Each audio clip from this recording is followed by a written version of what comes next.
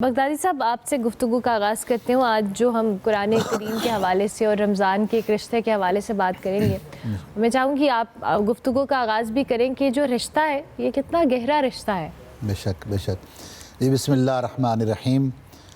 یہ اللہ کا فضل و کرم ہے کہ جس کی توفیق سے آج ہم قرآن عظیم اور رمضان المبارک دو ایسے تعلق اور ان کے اوپر گفتگو کرنے اور دو رمضان المبارک میں یہاں موجود ہیں۔ رمضان المبارک کو جو فضیلت ہے وہ بنیادی طور پر قرآن ہی کی وجہ سے ہے، کیونکہ اصلاً اس رمضان کے اندر ایک رات ایسی ہے، فیہ لیلۃ انزل فیہ القرآن، کہ رمضان المبارک کے اندر ایک ایسی رات ہے جس رات کو قرآن عظیم کا نزول ہوا۔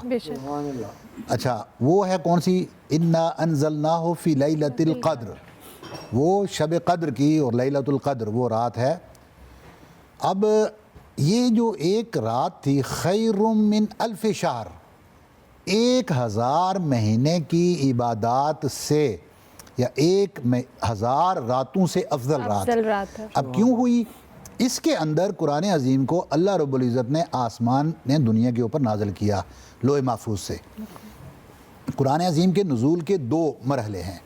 پہلے مرحلے میں قرآن عظیم یک بارگی جو آج جس صورت میں ہمارے پاس موجود ہے، اس صورت کے اندر ایز اٹ از مکمل قرآن لوح محفوظ سے آسمان دنیا کے اوپر اتارا گیا۔ اس کے بعد دوسرا مرحلہ قرآن کا آتا ہے اور وہ 23 سال کا عرصہ ہے، جس میں مختلف اوقات کے اندر اور مختلف جگہوں سے قرآن نازل ہوتا رہا۔ یہ ایک عوام کے اندر اس تھوڑے سے ایک التباس یا جو پایا جاتا ہے تھوڑا سا ڈاؤٹ، تو اس کو ختم کر لینا چاہیے کہ قرآن کی ترتیب نزولی اور ہے اور قرآن کی جو ترتیب ہمارے پاس موجود ہے یہی وہ قرآن تھا اصلاً جس صورت میں اس کو لوح محفوظ پہ محفوظ کیا گیا تھا 27ویں کی رات کو۔ بالکل صحیح۔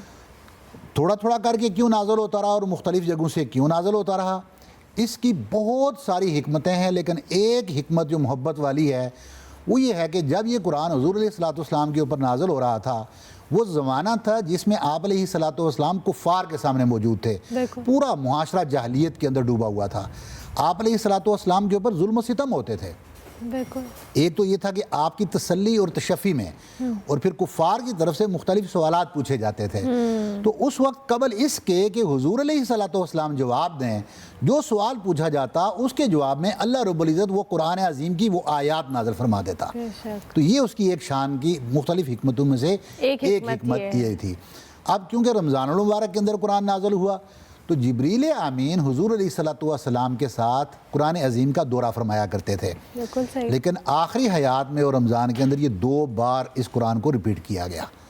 تو اس لیے بھی ہے کہ رمضان المبارک میں جب لوگ آتے ہیں تو وہ قرآن پاک کی تلاوت کے اندر کثرت کر دیتے ہیں۔ اچھا، ایک اور بڑا تعلق قرآن کا رمضان المبارک کے ساتھ وہ یہ ہے کہ جو روزے کی علت قرار دی گئی، جو آیت کریمہ ہم نے گزشتہ روزے میں پڑھی، کتب علیکم الصیام کما کتب علی الذین من قبلکم لعلکم تتقون، تاکہ لوگ متقی بن جائیں۔ تو تقوی اور پرہیزگاری یہ روزے کا مقصد ہے۔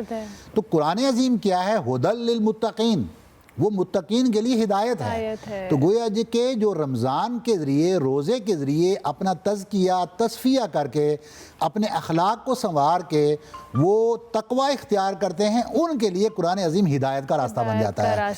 یہ پھر ان کو اپنا جو جس کو ہم دستور حیات کہتے ہیں صحیح معنوں میں، یہ پھر ان لوگوں کے لیے بن جاتا ہے۔ کیا بات ہے۔ اب قرآن یہ جو مہینہ ہمارا رمضان المبارک کا ہے، تو اس کے اندر قرآن عظیم کے حوالے سے ویسے تو نارمل روٹین میں بھی اجر و ثواب کے اوپر اگر ہم آ جائیں تو قرآن کی جو حضور علیہ الصلوۃ والسلام نے فرمایا کہ ایک حرف آپ پڑھیں، اس کی تلاوت کریں تو اس سے 10 نیکیاں ملتی ہیں، اور آپ علیہ الصلوۃ والسلام نے تاکیداً فرمایا ہماری کلیئرٹی کے لیے کہ الف لام میم، یہ ایک نہیں ہے، یہ 3 حرف ہیں، ہر ایک کی 10 نیکیاں ہیں۔